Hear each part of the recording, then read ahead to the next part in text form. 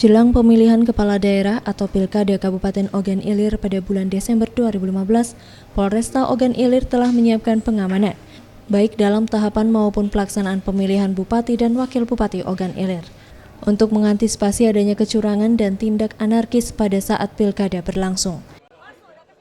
Menurut Kapolres Ogan Ilir, AKBP Denny Yono Putro yang ditemui Selasa 28 Juli 2015 mengatakan, untuk pengamanan jumlah personil yang akan disiapkan 417 personil Kepolisian Ogan Ilir dan dibantu oleh Linmas 1.600 personil dari 817 TPS yang tersebar di 16 kecamatan.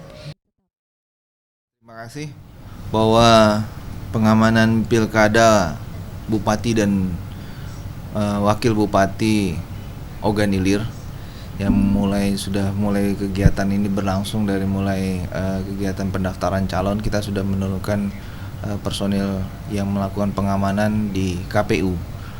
Sementara kalau kita lihat total keseluruhan untuk pengamanan PAM TPS itu saya melibatkan sekitar 471 personil Polri dibantu oleh Linmas ya.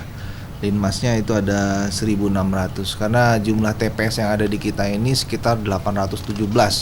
Total yang diberikan oleh KPU kepada kita itu ada 817. Denny juga menambahkan, dengan adanya personel yang masih kurang 2/3 untuk pengamanan pemilihan kepala daerah Ogan Ilir, pihaknya akan dibantu personil dari Brimob Polda Sumsel 122 personil, Sabara Polda Sumsel 62 personil, 31 personil masing-masing dari Polresta Palembang dan Banyuasin. Reza Dinata, Rizky Kesuma, Sriwijaya TV.